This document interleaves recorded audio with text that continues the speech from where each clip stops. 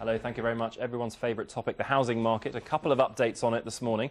Rents have risen for the 6th month in a row, according to the new figures from LSL Property, which owns Your Move and the estate agents Reeds Rains. They say the lettings market is now tightening up after a previous glut of available properties.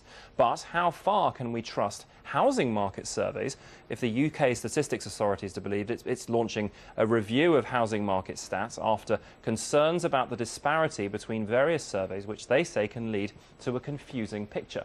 Well, with me now is housing expert Henry Pryor. Hope you'll provide a clear picture, Henry, I hope. We'll try.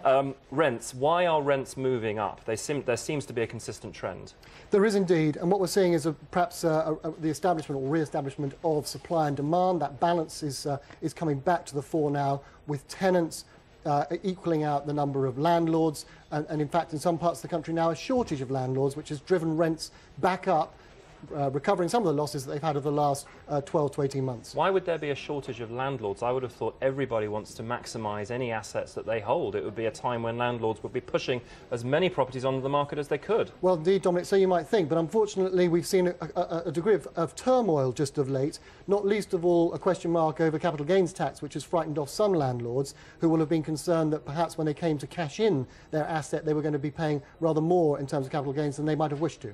Is there a regional picture with rents moving up? Some regions of the UK perhaps slightly slower growth? Just as we find with the sales market, there are regional differences, and perhaps London and the South East, as with the sales market, is outperforming the rest of the country, but that's not the case everywhere. Housing market surveys, there are so many of them, 4 or 5 different ones using different methodologies. Why have we been left with this position, and can we trust any in particular?